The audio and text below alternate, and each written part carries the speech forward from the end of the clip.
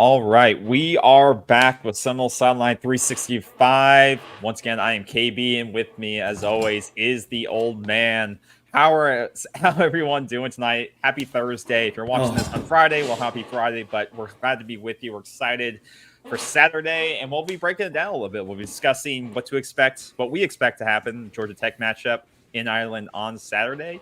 And yeah, give our predictions. We kind of did our preview show for the entire season on what was it, Tuesday night? Tuesday. No, Sunday. It was. What was it, Sunday? Was it? I can't remember. It was Tuesday night. I can't remember. It was No. Yeah, I don't remember. It's been a long week. But if you haven't watched that episode, go back and look into the live streams. That was just this past. It was on Sunday, and we went through our season predictions and what we thought was going to happen, and the positions, and what we graded tiered out the positions groups, and who we think may be struggling, who we think maybe have an elite year in the position groups. So yeah, go back and watch that. But we're happy to be here. We're excited to talk about this matchup and give our insights. And let us know as you're going through. Do you disagree? Do you agree? And just comment and let us know your feedback on who you think is going to win the matchup and what you think is going to happen and who might stand out and who may not stand out. So, but before we get into it, old man, how is it going since we last spoke? First of all, let's acknowledge our first one in the tank, Jalen. Jalen's in the locker room. Jalen, welcome. You're a steady, loyal guy, and we appreciate it. And we like your comments. So absolutely, your comments are welcomed here, and we hope you enjoy the show tonight. I'm doing well. Now, I was renovating my guest bathroom. Now I've moved to the master bathroom. And so, one of the hardest things to do in renovations is if you're patching holes or even small holes or stuff, when you take stuff off a wall, there can be issues there with the wall board, even, and you have to correct those and redo those somewhat. And so I've learned a lot about doing that. I had a friend of mine over who was helping me, Charlie, the wallboard guy. And so, we've been hammering away at that, and I'm making good progress. But it's great to have football here in week 0. And I've seen on social media and some things online, some places have been calling it week 1. So it's not week 1. It's week 0. Yeah, week 0 is kind of the buzz now. So week 0, here we go. And man, is it going to be fun to watch this on Saturday. Absolutely. Yeah. So we have a good amount to talk about. We won't go as long as last show, but give us your thoughts, your comments. But yeah, let's go right into it and discuss this matchup, because I think it's an interesting one. I think the projections, right? The line moved a little bit. I know, since we last spoke on Sunday. So I think the line, if we look at, I saw it at 11.5. So if I'm looking at FanDuel Sportsbook right now, and they have the line at, just so everyone can see this with me, they have the line at 10.5 for Florida State. If you want to take the points, you can go with Georgia Tech at 10.5. Over under at 55.5. You know what I'm upset with right now? You know what I am? What are you upset with? Because I called for room service, okay, on my official Florida State phone right from Ireland. And here, you're here? Okay, go. Knock. Okay. Oh, there it is. Look, right from Dublin, Ireland. Guinness, Dublin, Ireland, right there, folks. It says that right on the bottle, Dublin, Ireland. And I'm not there, but I ordered this straight from one of the pubs there. So let me crack this thing open, okay? Give me a second. Let me crack this bad boy open. Guinness. This may be my first Guinness ever. I was gonna go out and buy Guinness locally, but I don't think it's very good. So let me see. But you give it a taste test. I think I've got a whole bunch of these bottle openers. I'm not even sure this is a twist off. Let me get this one from Las Vegas, baby. Las Vegas. We're gonna get banned from you. Las Vegas, baby. Yeah. Okay. Let's go. Let's crack it open. Let's go. Let's crack this bad boy open. Look, here we go. God, this better not go all over my damn computer. Woo! Here we go. There we go. All right, Guinness, Ireland, Florida State, Georgia Tech, Saturday, ESPN. Ugh, I hate those words. Noontime kickoff. But it's 5 p.m. there. Remember that. 5 p.m. there. All right, tell us what you think. Take a little sip. Tell us what you think. I don't like it. I think it's a little weak for me. For a, Different. Creamy. It says creamy and smooth. not Let us know if you're listening yeah, out there. Tell us what you guys think of the Guinness. you're Established 1759, you're brother. performing a sin. You're not supposed to ever drink it out of the bottle either. Drought stout. You're I'm not supposed to what? drink it out of the bottle. You're never supposed to drink it out of the bottle. Should I go get a glass? Okay, I think No. we're past that point, but you're supposed to pour it into a glass and let it set. Yeah. Hey, room service, I need a glass. Yeah. yeah. Room service, a glass. Okay, go ahead. All right, so let's dive into it a little bit more. So I think there's a couple of big things. Well, I'm going to break down Georgia Tech a little bit because we've talked about Florida State and we'll talk about Florida State. But I think, some people think this game will be close. Obviously the line's 10.5, so that's less than 2 touchdowns, and that would indicate a competitive game. Obviously, I think there's a lot. There's my glass. There we go. There we go. Love the room service. But I think there is a lot of variables outside of Georgia Tech too. You travels across. I think Florida State didn't leave until Thursday or Wednesday, which I don't think is shouldn't affect them. But you are playing a road game or a neutral site game across across the pond or whatever you want to say. I think there will be a strong Florida State majority there, but it is No doubt. The players aren't sleeping in their bed. They aren't sleeping in their hotel room. They're out. It's a neutral site game, so you have to take that into effect. Time change, that little effect that here and there. But then you're playing a Georgia Tech team that isn't the Georgia Tech team you played 2 years ago that you blew out. This is a totally different team, totally different coach. A coach that is rebuilding Georgia Tech in a very positive manner that we've seen over the last year. Brent Key. And the thing I'll say about Georgia Tech, there's multiple different things. This is a team that didn't go out and overhaul the roster this year in the portal. They returned 15 starters just from last season, which is major when you're talking about you're trying to rebuild. You're trying to continue the progress that they had last season, which was going 7-6, which for them is not bad from where they were 2 years ago. But rebuild from what they did last season. Returning 15 starters from last year's roster, mostly on offense.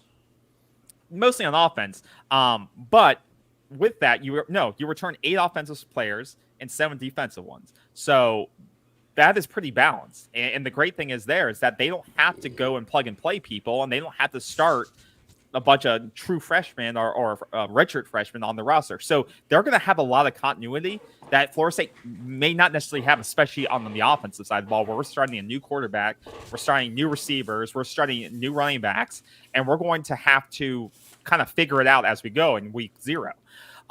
They did plug and play a little bit here and there with the roster in different positions. I think they brought in a new offensive lineman, a new potentially starting offensive lineman on the right guard spot, I believe it was.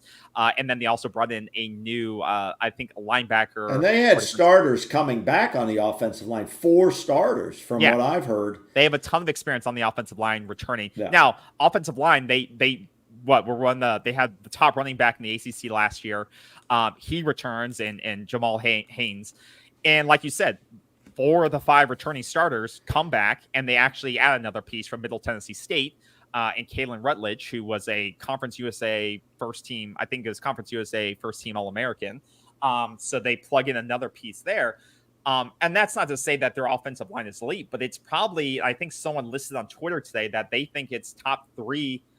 They project their offensive line to be top 3 in the ACC in the O-line rankings. I think David Hale said that in his rankings earlier today or earlier this week. So this is going to be a true test for this defensive line. With once again, like I'm going to keep repeating, is testing out new pieces. So this is what David Hale had in his ACC O-line rankings: Miami, Florida State, Georgia Tech, which I would agree with. And then you have the tier below Virginia Tech, BC. So you're going to be going against a veteran offensive line who had the ACC's leading rusher last year, who returned everybody and then even got better. The thing is, though, behind them, if barring injury, they do have a lot of young people behind both sides of the ball. They do, like we talked about on that offensive line.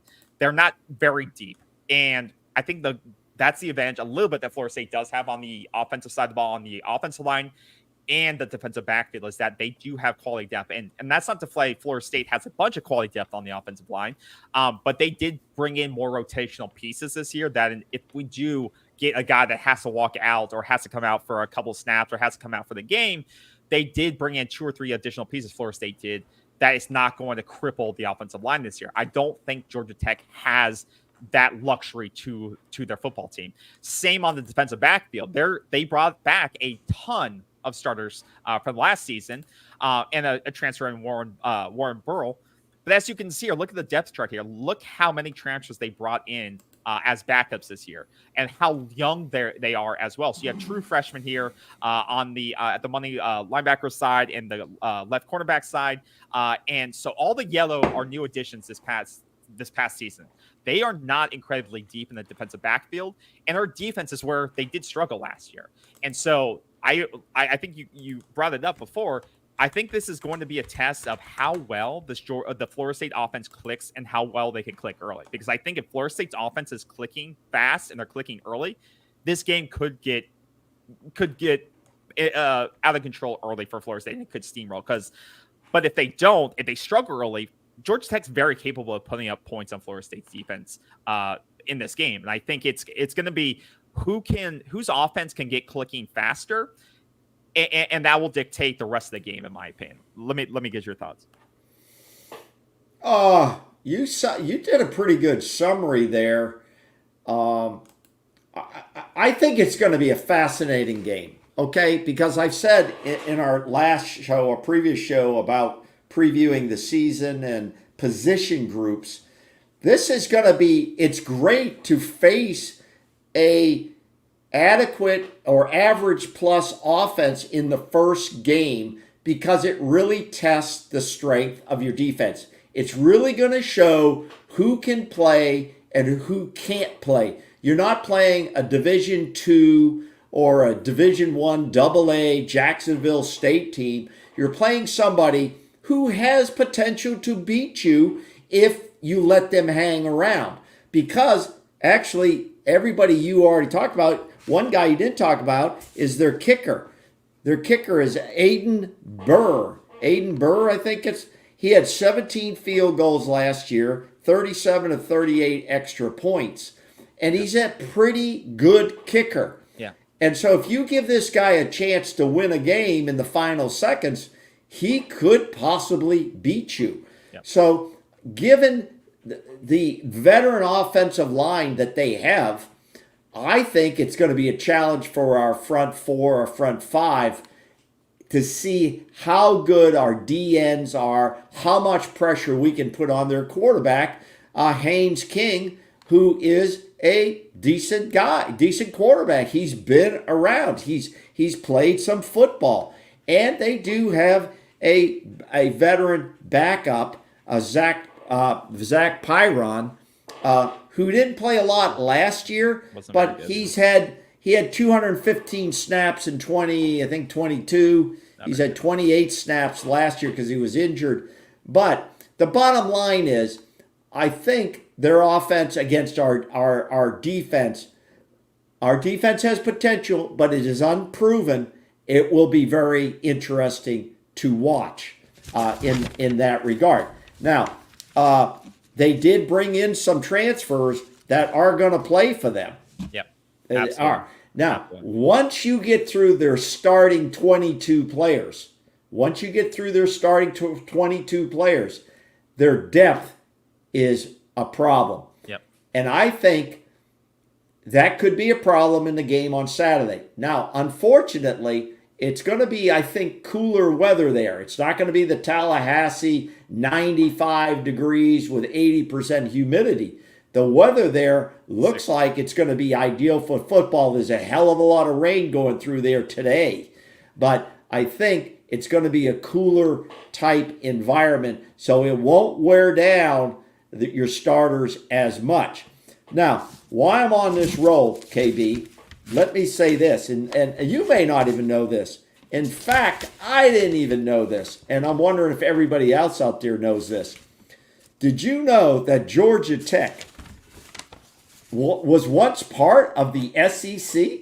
Did you know Yeah, that? yeah, a way while ago. 1945 to Yeah, 1963, they spent 17 years in the SEC, which yep. I found fascinating. That has nothing to do with this game Saturday. Nothing to do. However, they were national champions in 1951.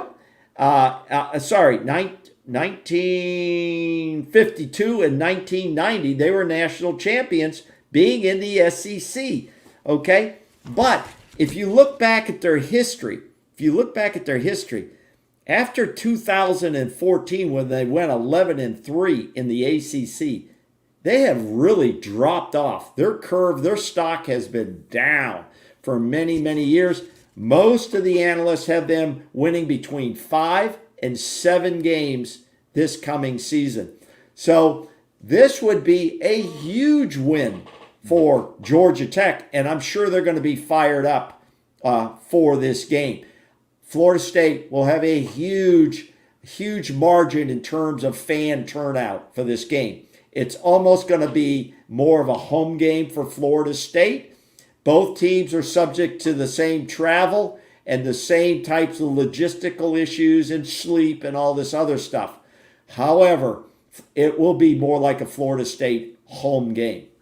Yeah, I would agree with you on that. I think both teams are going to try to do similar things too. I think both of them are going to try to establish the run early, because that's what Georgia Tech, I believe, knows that's how they're going to win this game. Even though they have Haynes King, Haynes King is also he threw a lot of interceptions last year, and I think they know that, and so I think and they know Florida State has a strong defensive backfield, and I don't think they want to play that game because they know if they have to throw the ball 35 times, they're more likely not going to win this game. So they're going to test this defensive line. They're going to test these new starters on the defensive line, in Marvin Jones Jr. and the new starter and Patrick Payton and his new leveraged role as being on that line with Marvin Jones Jr.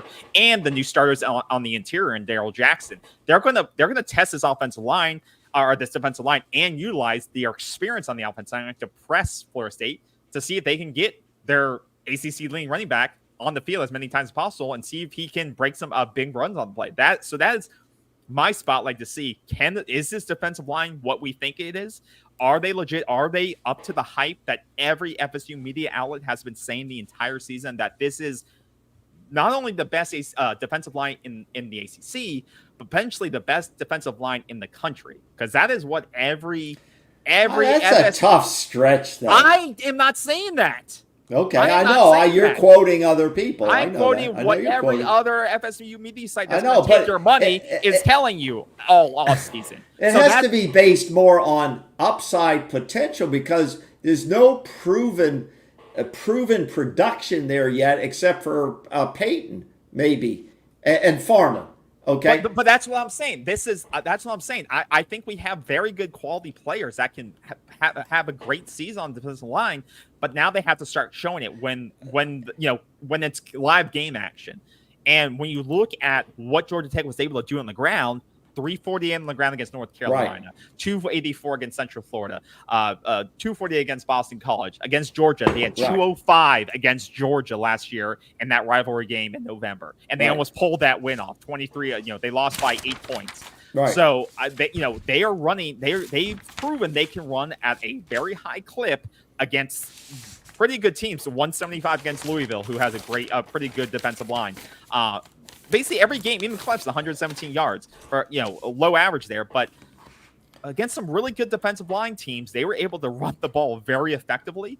And so this is game one, similar to LSU last year. It's up to this defense to show what they have and establish a tone early that you're not going to be able to run all over us, because then that flips the pressure on Haynes King to not make a mistake. Because then if he starts feeling the pressure and he starts throwing a pick, or he starts feeling that pressure on him to have to throw the ball and do it with his arm, that's going to open up the ball game. And that is going to allow this defense to do what they do best. And so I really am, my focus will be on how does this defensive line look? And once again, it may take a quarter or two to find that rotation on defensive line. But once again, this is the concern I've always had with this team this year, is that there are a lot of new players that are coming into the spotlight.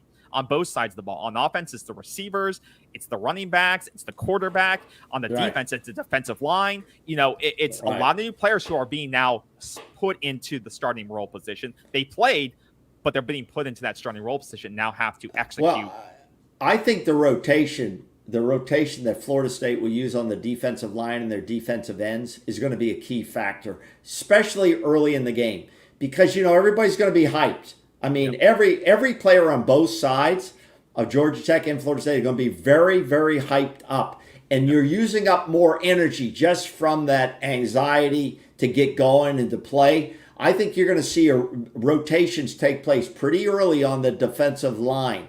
Yep. And I think that could give Florida State an advantage as Georgia Tech's starting offensive linemen start to wear down.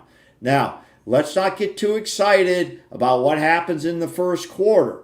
But I think eventually Florida State is going to wear them down with their depth, and it's going to make a difference. That potential will start to show up. But there's no doubt Georgia Tech, like Florida State, wants to establish the run, because establishing the run opens up the passing lanes. Okay? It makes the passing lanes open up because the linebackers have to play the run if you can be effective running the football. And so I think both teams are going to kind of look at that. Now, all week I've been wondering, if I was Georgia Tech, what are the first 3 scripted plays I might use? And you know what my answer was? If I get the ball first, knowing that the defensive ends are really going to be hyped up, they're going to come hard at the quarterback, everybody's going to be charging hard, I'd probably run a screen pass. That gets my quarterback to get rid of the ball. It's a short pass. Those ends are charging up hard. I might try a screen pass, something to take that pressure off me. I think you're going to see a lot of screen passes. You're going to see draw plays to slow down that rush. Yeah. I think that, or a rollout, faking the handoff, and yeah, because I think Florida State's going to come out aggressive, and Fuller's going to come out aggressive and trying to establish a run-stopping game plan. And if they, and like you said, everyone's going to be hyped up. So I agree with you. I think they may try to catch Florida State off guard and use that aggression against them and try to pull up a big passing play when everyone's thinking run. So I would agree with you on that. But to that point too, is that they do not, if you look at the trends, Georgia Tech did not win any. They lost 3 out of the 4 games where Haynes King threw for over 300 yards. And that speaks to the fact that they are not going to win if he is the primary yardage carrier in the game, right? They don't want to establish the run. They need to establish the run, because, like you said, to win the game, to win the game. And that is going to be, like you said, it may take to the third or fourth quarter to grind on those veteran players for Georgia State on their line, which is why probably this game is going to have such a close betting line, because it may take, three quarters for those offensive or defensive line rotations to really beat down on those guys and get them fatigued. But I think, like you said, when we get in the second half, we're going to start seeing some of those signs and start seeing those guys get a couple of sacks or get some tackles for loss, and that's where the gap will start to come in place. Because I do think this will be a close game. So I do believe Georgia Tech's going to be able to score on this defense a couple of times. And I do believe they're going to get some big runs. They're going to have some big plays on with Haynes King running the ball, because you have to take that into effect too, is that he's part of this run yardage, right? It's not with his arm only. He ran for 700 plus yards last season. So you have to look at the dual threat of not just the running game with their normal running back. You have to respect multiple threats out of the backfield. And that is something that at times Florida State has struggled with. You saw it with Castellanos at BC. You've seen it at times with Clemson and the limited mobility that their quarterback has. And so that has to be a little bit scary too for Florida State fans, is that for some reason or another, no matter the defense, Florida State does tend to get burns with mobile quarterbacks. And this is a quarterback, week 0, you're going to have to face that can do it with his arm, he can do it with his legs, and they have a running back who was the leading ACC rusher last year, and they have a veteran offensive line. It's an offense that can do a lot to you. Well, a lot of heavy money in betting already is going on Georgia Tech and the points. Okay, they're taking Georgia Tech. They don't think Florida State can beat them by 9, 10, 11 points, wherever that thing's going to play out. I think they will. I think the Noles are going to win this game by at least 15 points. Okay, and I'm not a betting expert. This isn't a betting show. We're not suggesting you go out and bet money. That's not what we do. I think Florida State's going to win this game by 15 points. I really do.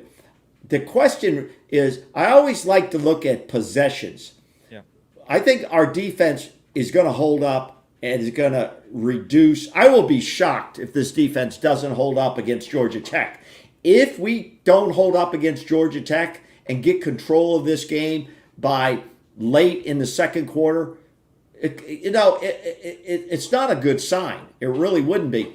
But offensively, if we have the ball 10 possessions, maybe 10 possessions, 10 to 12 possessions in this game, we're going to win the game. The question is by how much. But I'd like to see conversion rate of 50% of those possessions with either a field goal or a touchdown, mostly touchdowns. Yeah. I think I just can't envision, and I'm usually pretty conservative. You know that. Yeah. I can't envision we don't beat this team by 15 points. If we struggle in this game, then everything we've seen all summer and what we've seen in camp and what we've heard coming out from everybody, including the people, the social media, the FSU media people who have access, is all hype, which means nothing. Okay, which would mean nothing about the hype of the potential. I think, and I want to stop you there because I do think there will be struggles in this game because it is week 0. There's always going to be kind of kinks in that you need to work out. Of course. But like you said, if it's a 4 quarters of struggle, then there needs to be discussion. I agree with you for sure. But there is going to be things that you see me like, okay, that needs to be worked out, or there's going to be some misassignments. And yeah, I expect that. But there can't be 4 quarters of consistency of that happening. I totally agree with you. Yeah. Well, the biggest news seemed to be coming out of the Georgia Tech camp, to be honest. The biggest news coming out of there has been their signees, their commitments that they're getting who aren't playing in this game. Yeah, exactly. Which I don't care about. Josh Petty. Florida State was in the mix for that, a 5-star offensive lineman. I don't care about any of that. But what I'm saying has no effect on the game, and it's that's August, my point. And it's August. My point, KB, is the biggest news coming out of there seems to be all the excitement. But look at the guys we're getting commitments on, and they're verbal commitments. They're not signatures, and that seems to be the hype. So Florida State has to come in there, handle business like they're ranked, top number 10? Number 10. You got to come in there and show this. If you fail to show your dominance, then you could slip out of that top 12. And the bottom line is top 12 at the end of the season. Yeah. Top 12, baby. Yeah. And that's it. That's the ball game. And Florida State and Coach Norvell control their destiny. They control their destiny every step of the way. Yep. And we've given a lot of praise to the Georgia Tech offense and and we're saying they're going to give Florida State's defense a fight. And you're saying, well, then why is Georgia Tech forecast to only average 5 wins or 6 wins this season and be basically like they were last year? Well, the thing is that it's because their defense is not very, very good, and that's shown in the results last year. And they returned much of that same defense. And they brought in some new guys, but they returned 7 starters from last year, and they brought in some transfers, but it wasn't like they brought in an elite transfer class, and they brought in a lot of young guys who are backing up these existing starters. And you look at the game log in front of you. I mean, their defense gave up an average of 5.4 yards per rush. They had 9 or 10 games over 200 yards rushing given up on them. And that is advantage Florida State because that's playing into exactly what Florida State wants to do. And this was a pretty penalized Georgia Tech team too. They had multiple games. They had over, I think, 7 games where they gave up 6 or more penalties for 60+ yards. Just the rushing stats alone are blinding because this plays into what Mark Norvell and this team wants to do out of the gate is use their line, use their experience, and use what they have and use that that stable of running backs they have, and that they brought in with Roydell Williams and Oh yeah. Choa and used Oh. Cam Davis. They say he's, you lean on what you have and what your veteran presence is, Oh my and God. do what you did last year with Trey Benson and them. Well, And wouldn't you be disappointed, KB, if our offensive line can't dominate their defensive line? Wouldn't you be disappointed? No. This is Georgia Tech does not have an elite, nationally ranked defensive line. No. If we can't push them around a little bit and handle our business and get 150 yards on the ground, I'm going to be a little disappointed because we have a senior-dominated offensive line with new additions, transfers who came in, who will be rotational pieces. And if we can't dominate Georgia Tech's offensive line, there's going to be some soul searching to be done, in my opinion. Georgia Tech gave up over 400 yards of total offense 10 times last year. And there's no reason that this Florida State offense, at least on the rushing side, can't get 150 yards plus, if not more. My concern has been how long will it take for this offense, this passing game to click with all the new pieces? But this isn't like you're going to get up against the Georgia defensive backfield or, that's the advantage you have. You're not going into week 0 playing against LSU, who wasn't really good defensively last year, but you're not going against Georgia or one of the top 5 defensive backfields. That is your only break in this matchup, is that this isn't an elite defensive team. And with those new pieces you have receiving wise, or you're trying to get in connection, your veteran pieces like Fortier and Darren Williamson and Hakeem, that connection you're trying to get with DJU, you hopefully will be able to get that because you're not playing against the best defensive backfield or the best defensive line. Well, keep an eye on Georgia Tech's safety, LaMiles Brooks. He's the signal caller on that defense from that safety position. Keep an eye on him. He's their most experienced and highly rated defensive player. Yeah. So, he's going to be a key. If he has a good day, maybe they can hang in there. If he has not having a good day, then Florida State could roll in this. Now, I want your opinion. Well, sorry, the other player you mentioned with that is Warren Burrell from Tennessee. He's the other guy I pointed out on the depth chart. He comes from Tennessee. He's played 5 seasons. And he has 22 starts, 40 appearances with Tennessee. And so he is one of those veteran guys they kind of brought in from the portal. Like I said, this isn't like a top 20 portal class they brought in, but they selectively brought some guys in to match their scheme. And he's one of those veteran guys. So it'll be interesting to see how he plays in this game and how big of an impact he has on this matchup. Just when we were talking about safeties, D-backs, these guys aren't highly rated, as you say. They weren't highly regarded recruits coming out of high school. Well, so, I don't want to say about everybody. Well, no, they weren't. They just basically were not. Okay. Well, so the coaching development will be a key of how well those guys play for Georgia Tech. Now, I think well-spoken social media guy. And he's a FSU voice as well, and that's Bud Elliott. Bud Elliott said, quote me if I'm wrong, KB, that he thought that it was fair to rank Florida State's wide receivers as the 9th best in the ACC this year. And I hope I'm quoting that somewhat correct, okay? He has not been impressed by Florida State's wide receivers. Again, I think it is a group that has this, I think, potential, but has not been realized yet. And I don't want to go player by player, but it is going to be very interesting to watch and see the starters who look like it's going to be Malik Benson. He's the guy who has stood out all camp. The transfer, okay? Malik Benson. Yep. And Jalen Brown from LSU has fought his way into a starting position. Yep. And then you also have Ja'Kai Douglas, okay, in there, who Ja'Kai generally has very good hands and I think is a very good slot-type receiver.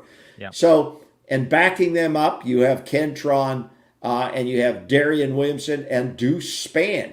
So Hakeem Williams doesn't appear on the radar yet. And he was one of our most highly recruited guys. And I know he was, and that's the thing too. Like all these guys, like remember, Hakeem had a big play in the Syracuse game, and late in that game when it was kind of blowout. But he's a great blocker too. And Kentron, he's had big plays here and there. All those guys, and I think what you're speaking to is that there's transfers who are new who have had limited playing time, but have shown flashes when they did.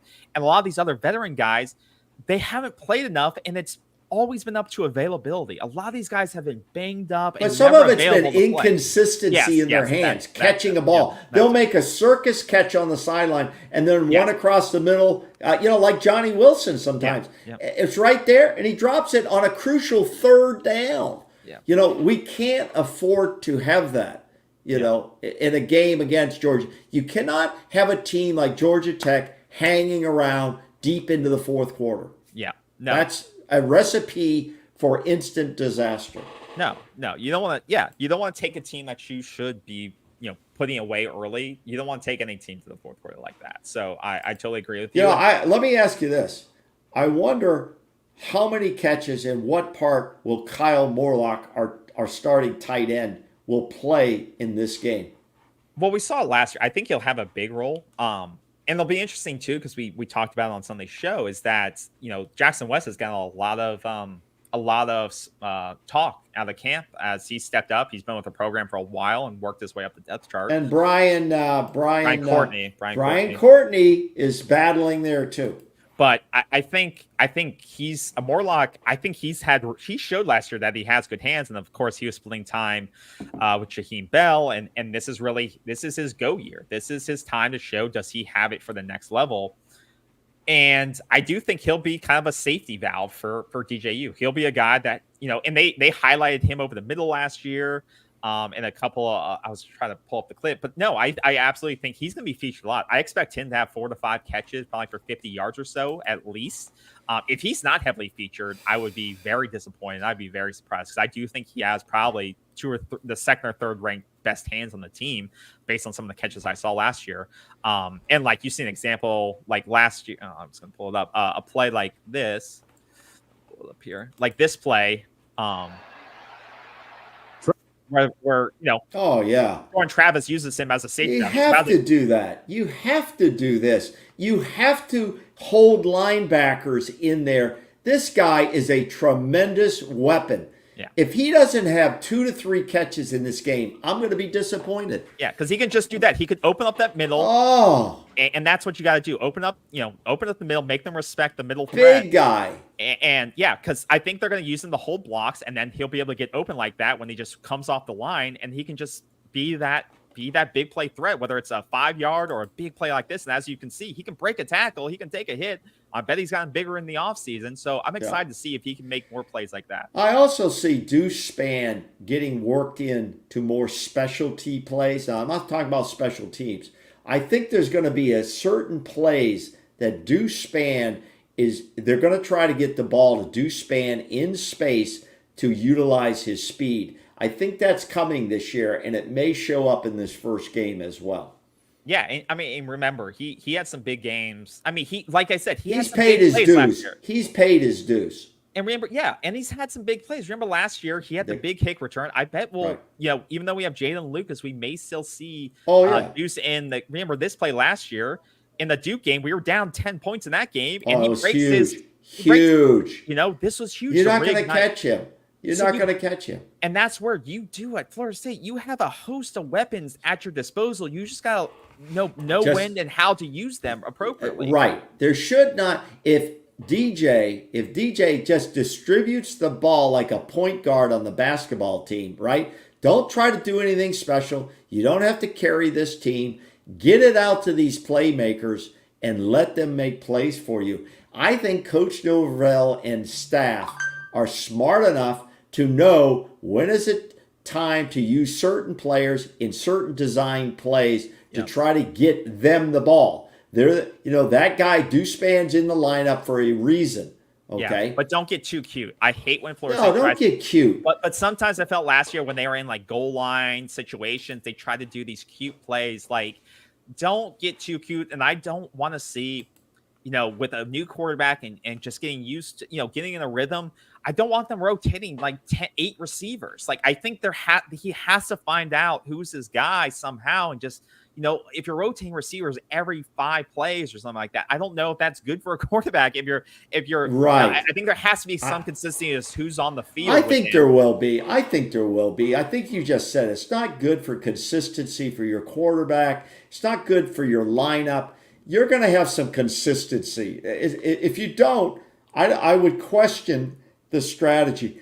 Now, I would also be very disappointed, KB, and I'm sure you might, if Rodell Williams, the transfer in from Alabama, Keziah Holmes, who's paid his dues, okay, Yep. and Cam Davis aren't ripping some holes, and the holes should be there by the senior dominated line.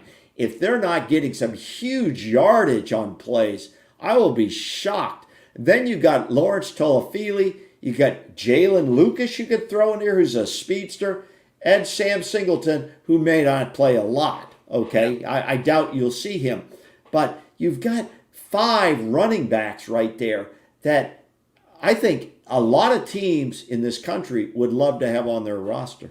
Yeah, I think, once again, like, there's so many dangerous players on this team, and it'll be interesting to see how they use them, because you just mentioned 5 different running backs who can absolutely, and all these running backs that you mentioned can touch the ball in the backfield, which is the dangerous part. And I think it'll be interesting to see how I think Florida State will look to spread out Georgia Tech and have them cover the field wide, because you saw how Alabama used Roydell Williams last year, right? And they spread it. He likes to go out wide because he has so much speed, and he can go inside the tackles. Because you look at this next play, and they can spread out. Now you got to hit this pass right. Perfect. Like that's it. Perfect. But he can.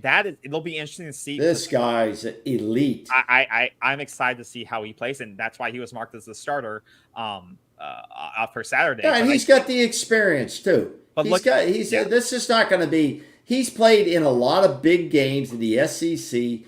Playing over there in Ireland is not going to be. He wants to show up for his new team, and this guy is a player. This guy's a baller, yeah. Get him the ball. But this offensive line, who I've been hard on the last 2 or 3 seasons, there's no excuses. There's no explanations now. You're a senior dominated line. You brought in 2 big transfers.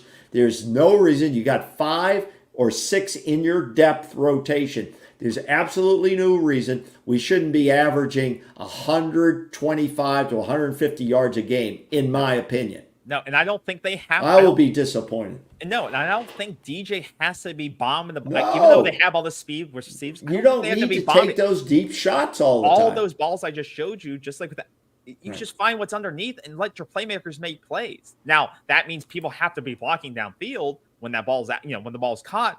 But you have skilled playmakers who can make plays in the open field. Absolutely. It doesn't have to be 30, 40 yards on the field. You just saw how Alabama was doing it. And that just means... Well, that's all we've heard. All we've heard all camp, all summer, is the amount of speed on this team. Speed can spread the field side to side and length. But you have to do it in the right format, okay? Yeah. Do it in the right format. Short passes can help you in the long pass because everybody's starting to creep up. The safeties start to creep up. The linebackers are holding in there more to stop the run. Because if you're not effective up front stopping the run, which I hope Georgia Tech cannot do, the safeties have to start taking a step up. Yep. And in the play action, that opens the door for the longer pass tries downfield. But don't waste don't waste a lot of reps trying to hit long bombs to excite the crowd. You're here to win the football game, and each possession, we should be driving the ball and scoring one way or the other. And at least 50% of the time, minimum. And the thing you want to do to a team that's not high on quality depth is make them run sideline to sideline. Make them play sideline to sideline. Don't just run it straight at them unless you think you can win that battle every time, but make them run sideline to sideline wear them down. That's how you wear a team down early if it's not hot outside. Make them chase you and make them prove that they can run with you the entire length of the field. So, and I think Florida State, because we've seen teams do that to Florida State in the past years. They've used their athleticism, they've used their skill to make Florida State chase them and prove that they can beat them on the sidelines. I think Florida State now is in the position with their skilled athletes to do the same thing to teams, and that's how you wear down a team early in the game. So I hope they do that. I hope they make Georgia Tech prove that their athletes can keep up with Florida State. And I think if I was a running back on the Florida State team, the guys we just mentioned, if there aren't holes there as a running back, I'd be disappointed as shit. Yeah, I mean, okay, I'm just saying that there's and I can be a very conservative guy, but this is the time this offensive line needs to stand up and dominate somebody. Yep. And this is the game. This is the team, because they don't have an elite type defense. Yep. Period. Yep. You're going to face much better fronts than you will Saturday. Yep. Yep. So, yeah. And then on the flip side, one more time, we'll see a really good offensive line from Georgia Tech against what we believe to be, or what we've been told to be, is going to be a very good to elite defensive line for Florida State, even though it replaces a lot of great players that left for the NFL. And just as a reminder, as David Hale pointed out, Georgia Tech was fourth in the ACC in amount of pressure rates on non-blitz dropbacks. They ranked right behind NC State and Miami, only 24%. And then they are design tackle. They were averaging almost 6 yards per design run between the tackles. That is ranked fifth nationally. So it is going to be a battle in the trenches. It is going to be an absolute battle in the trenches on both sides of the ball. And they'll be fun to watch. But Florida State has no reason why they shouldn't win this game outright and by the margin that the betting rooms say. So, but it'll be a battle in the trenches. Whoever wins the trench battle on both, obviously, but whoever wins that trench battle early is the one who will come out ahead, I believe. So, yeah. Now, what do you think the kicking game? I mean, if it comes down to kick, I mean, it's anybody's game. It shouldn't come down to that, but you don't know. Honestly, you don't know. When it comes down to a kick, you really don't know. Well, the special teams for Florida State, that was the only one we put in the category of what did we have? Exceptional. We're great. Elite, right? Elite. Elite, yeah. Out of all the positions. So I think when we do have to punt the football, which we're going to have to punt the football, I mean, come on. Yeah. Is that Mastromano should be able to pin down Georgia Tech, because if it's all about where you start your possessions. And to win that field position battle is also a key. We cannot get sloppy. Turnovers in a first game. What do you think? 2?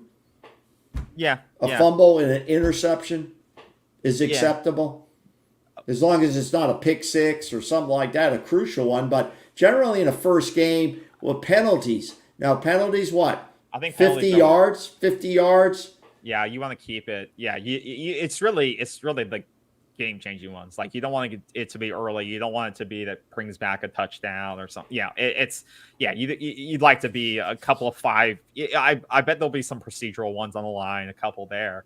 But yeah, you would like it to be a clean ball game, under 50 yards. No major personal fouls. You don't want to lose your head. Nothing emotional. No emotional penalties. That's the big thing, right? And most of the time, the noise is going to be on Georgia Tech's offense. The Florida State fans are going to have a bunch of noise, and it's when Georgia Tech's on offense. Yeah. So that is a plus for our defense. Yeah. Now, I think this is the first year, you tell me wrong, that the quarterbacks and the defensive player are going to have earphones inside their helmets to listen to calls from the sideline. And they only have so many seconds to get that call, and then it shuts off. Now, am I thinking correctly, or is that just the NFL? I mean, it was just in the NFL, but now it's not. So yeah, I believe it's the college helmet thing is in play. Yeah. And if I'm wrong, maybe one of our viewers could say, "Oh man, you're wrong." But I believe that's happening. That's one of the changes. Yeah. And now the 2-minute warning now is in college football. So yeah, that's right. A big thing. Yeah. Right. So it'll be interesting how they change, how they strategize around that and that extra timeout. Yeah, I think that the pace of the game of what Norvell wants out of his offense in the first game, that pace on the offense, it'll be interesting to watch that in terms of hurry up, working the clock, trying to get as many possessions as possible, But I think to your point, the end goal is you wear Georgia Tech down so that you score a couple times in the first half, even if it's within 7 or 10 in the first half, but you wear them down, you wear on them, you make them run side to the sideline, you hit that offensive line, make them feel it, and then when it comes in the second half, that's when you tear it off, and I think that's the goal, because like we keep saying that, where I think we can finish it, is that this team does not have the depth to compete with Florida State in the second half of this game. So if you're leading at halftime by 10 plus, you should feel good, because then you can wear them down the second half. Because this team should not be able to run with you for 4 quarters. They just don't have the depth. And you can look at any depth chart on, outside even the offensive line. Offensive line for them is great. We talked about it. But behind those, if they sustain any injury on that offensive line, it's going to be a tough day for them. It's going to be a very tough day for them. And they're going to have to, we don't. They're going to have to rotate guys, despite no injuries. They're going to have to rotate some guys in there, because they're going to get worn down. So they're going to have to rotate some guys, and we'll see what the drop off when that happens. We'll see what the drop off is on that. Now, one of the other things is what they call the ESPN. I know everybody hates those letters, but it is what it is.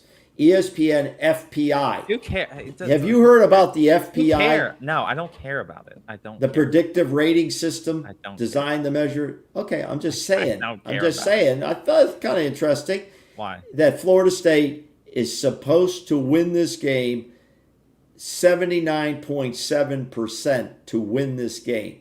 All right. So it means something if you're a betting guy. I'm not a betting guy. I don't bet on these games. I don't bet on any games. I don't play fantasy Why are we football. talking about it? I find numbers. I find statistics. But there's no numbers. It doesn't explain it. No, but it doesn't need to explain it. It doesn't say if it's going to be by 3 points, by 1 point, or if it's going to be by 25.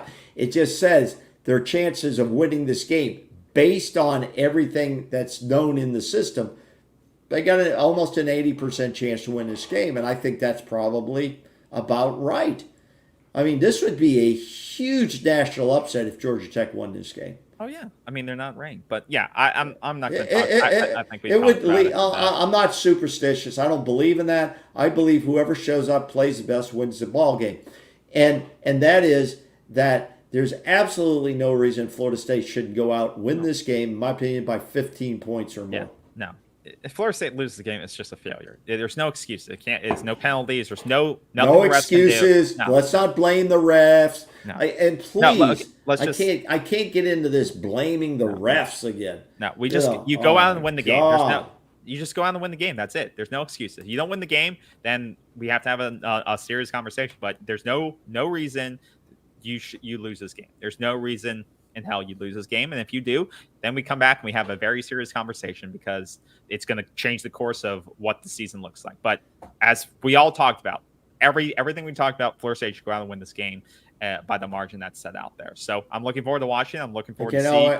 Okay, Jalen says the helmet radio is only in the NFL. I thought it had trickled down. It probably is coming at some point, and then. Dagby says quarterbacks, defensive captains need the helmet radio too. It's probably going to happen. They approved it. So I don't. Maybe it's not out yet. Oh, what is that? Go back to the headline. Just what does that say? Approves. Okay, hasn't started yet. This was in April. This was in April. Okay, I thought I had heard something about it. I haven't looked into it that much to know. So yeah, look into this, guys. Because this came out. Well, maybe discuss implementing technology, but NCAA Rules Committee didn't propose it until March. Okay. Yeah, I don't think it's going to be in play. I haven't heard anything about it from camp, or it being used in camp, or problems with it in camp. And in the NFL, I know this: if one side's communication is not working properly, they stop the other communication on the other side. So, and that's fair. It makes sense. Now, let me ask you this before we end the program tonight. All right, let me ask you this. I think this is live. What? I think this will be live. So this helmet rule, this helmet stuff. So Okay, let's cover the final issue tonight. what And that is this. That is this. How should FSU fans react and conduct themselves in Dublin outside the ESPN stage? Just listen for a minute. Don't get so excited because you don't want to talk about it and other people do. Relax. How should FSU fans conduct themselves and react outside the game day feature, on the stage where they have all the fans in the back? What do you think is going to happen? What do you think is going to happen Saturday morning? What time does it come on? 10 o'clock or 9? Comes on at 9, doesn't it? I think so.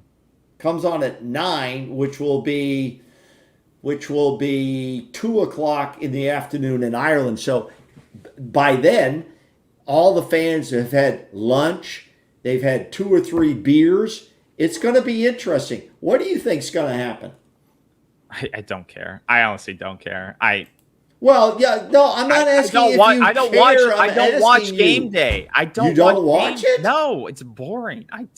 Why do I want to watch a bunch of old men talk about football? They're not old men. These guys are the experts in the field. Once again, I don't watch ESPN already. Why is it because you hate ESPN or you just don't like the format of the show? I haven't watched ESPN outside of college football in about 10 years. Do you watch the Fox one with Urban Meyer? No. You don't watch that? Yeah, I'm going to watch Urban Meyer. No. So you don't watch any pregame shows? No. The only pre-game or post-game show for any sport I watch is the one on TNT with Charles Barkley, and that one's done now because they lost the rights to the NBA. That's the only pre or post-game show I've ever watched in the past 10 years because it was funny and they just didn't talk about sports. Yeah, he's good. I like him. But so no, because it wasn't about, they were just talking, shooting the shit. I don't care about the 4 guys. Just they don't add anything to the experience. And why do I want to get up at 10 a.m. and watch? I can watch other things. I can go take a walk. I can go get coffee. Okay, so you don't like it. But that doesn't mean I can't watch it, right? I don't care I just don't care. Well, I think a lot of fans watch it. I mean, they're talking about all kind of games. I don't care.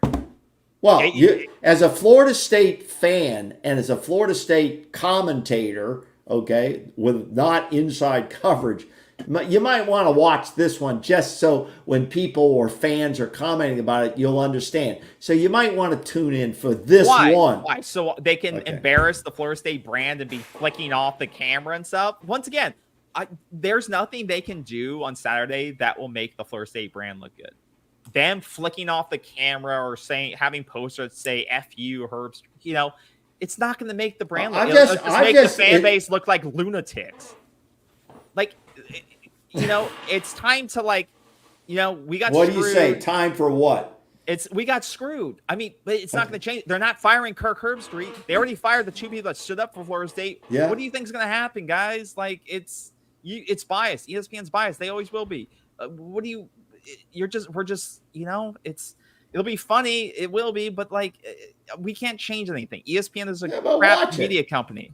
Okay, let's ask our viewers. How many viewers will be upset if KB doesn't watch the show Saturday? Put it in the comments right now. Give us a comment. Are you going to be upset that KB does not have the time? No, I don't. Does not have the interest. I don't have the interest to watch the show. I'm going to be watching. Good. You can tell me. I've been waiting since December to watch this. God. Okay? I've been waiting. And it should be interesting to see because I think the opening statements by ESPN announcers, they're each going to kind of acknowledge how Florida State got screwed.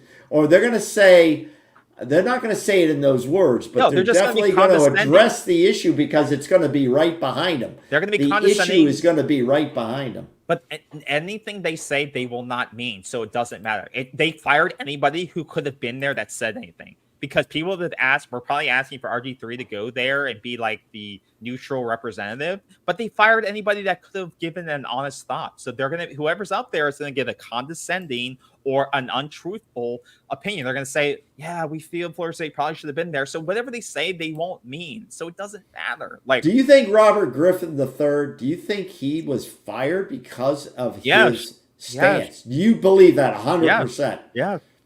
I believe he wouldn't say what they wanted him to say. 100%. Well, now, if he had the proof of that, wouldn't he sue them? Oh, they definitely didn't allow him to have proof. They definitely had nothing in writing that said you have to say this or you're fired. He just should have known. You're saying, you know what the corporate line is, and you have to walk very delicately along that line. Correct? Yeah, and everything I talked about probably was in person that said, "Hey, you can't be saying stuff like this." But it's all personal means. It would be like an Amazon employee criticizing Amazon and saying Temu is really much better. Essentially, you're an executive, or stop talking about me, or stop trying to unionize. All right, but nothing in writing. Nothing in writing. Interesting take. I think it'll be interesting. I'm gonna view it. I think a majority of FSU fans who aren't at the game are gonna view it. And then it'll be over. And then the bottom line is when the ball gets kicked off, Florida State must show it on the field. They must show it on the field, and that's what counts in the end. What goes on the scoreboard, that's what counts in the end. It won't be about excuses. It won't be about explanations. It's not going to be about referees and all that shit. Okay? And I get tired of seeing that on social media. Stop. That's part of the game. Yep. Part of the game. We're going to have a lot of talk about on Saturday. All right. Okay. I think that's it.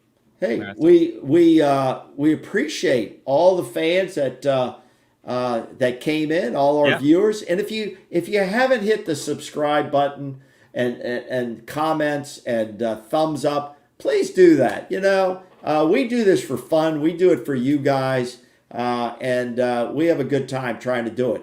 And so we appreciate you guys coming here and being with us tonight. And our next show is going to follow the game on Saturday. Absolutely. Correct? Yep, we're gonna. And that should be about what, 3:30?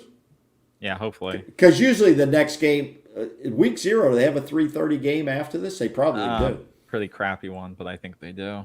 I think someone's on that. No, yeah, they do. It may not be on ESPN though, so the game could go later. But I think what does Jalen mean? Unrelated. Has anyone played CFB 25? Is that a video game? It's the new college football game. Is that pretty good? Say it. Tell Jalen what you think. It's like the old game. It's fun. I've had fun with it. So yeah, it's fun. I like it. If you played the old game, I like it. There's some balancing issues here and there in terms of the gameplay, but overall, if you play, I play offline, so I like it. I don't play with Florida State though, because I like to play with a crappy team and try to make them better. So I got Navy nationally ranked, and it's fun. I would suggest it. So I had to buy an Xbox and everything to play it, but is it pretty good? I like it. Yeah, it's fun. Is that the one? Is that the? I thought the NCAA whatever was the main game. That's the one. That's the one. They lost the license to use NCAA. So they call it CFB 25? College football. Yeah, 25. Oh, 20. That's the big game that's always been out there. Oh, yeah, okay. Yeah. Okay. Yeah. So, okay. But yeah, I would suggest, if you like the old game, I think it's very similar. Definitely recommend it. It's fun. Okay. And yeah, stadiums look good. Entrances are good.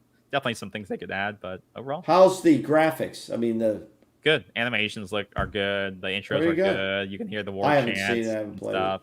It's fun. It's a good time. All right. Time. Good. And they're getting better all the time. Yeah. No. Wait till they have the one with the virtual. Do you think they'll go there? Do you think they'll get that far with the goggles and you're in the game? They do. And you can play a certain position? No, that's not good. You don't? Yeah, I bet it does. People play video games. They don't have to exercise. Nobody wants to do that. Yeah. Okay, So Jalen says the graphics are amazing. yeah, Okay. the new game's really good. How much does that game cost? It was, I think, 70. Now, do you buy the product or you play it online, like in Steam or something?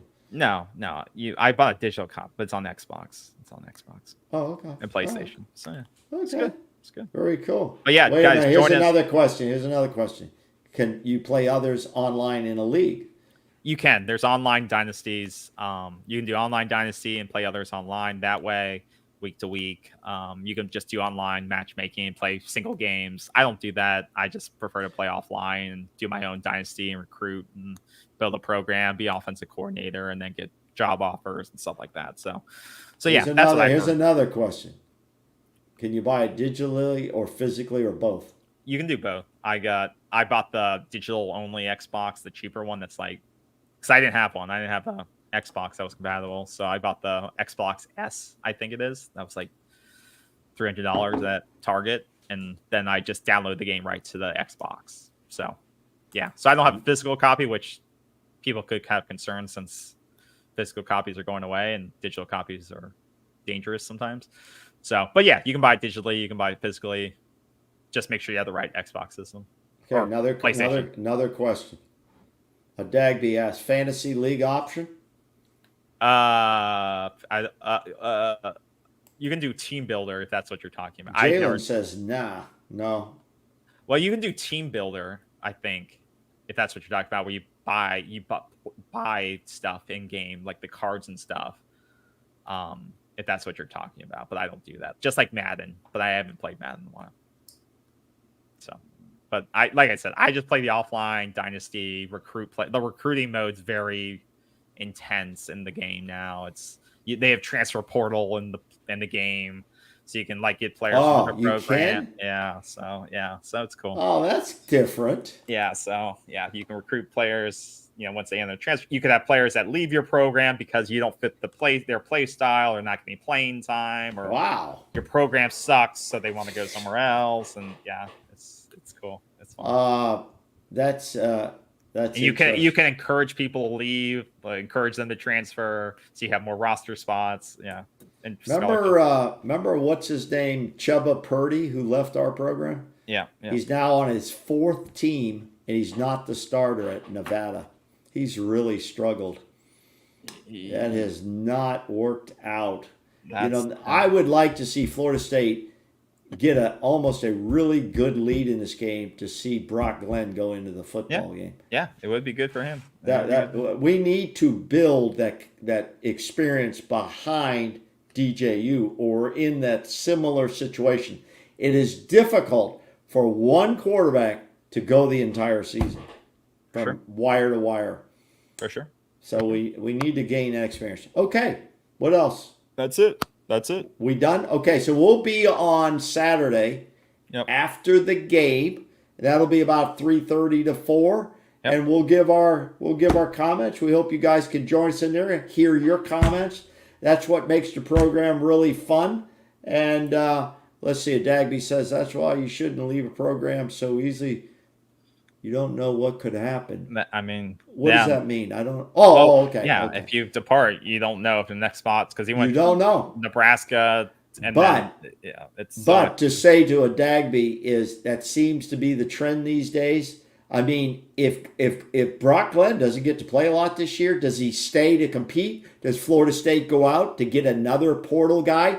He could, if they go out and get a portal guy, Brock Glenn could leave. Okay? But a good story is But look at the Boise State story. The Malachi Nelson, who was a highly recruited quarterback, leaves USC to go to Boise State because he thinks he gets the job. He lost out to the guy that stayed there, and so now he's second string. He didn't beat the incumbent at Boise State, so now this highly recruited guy that left USC go to Boise State, he didn't win the job. Yeah.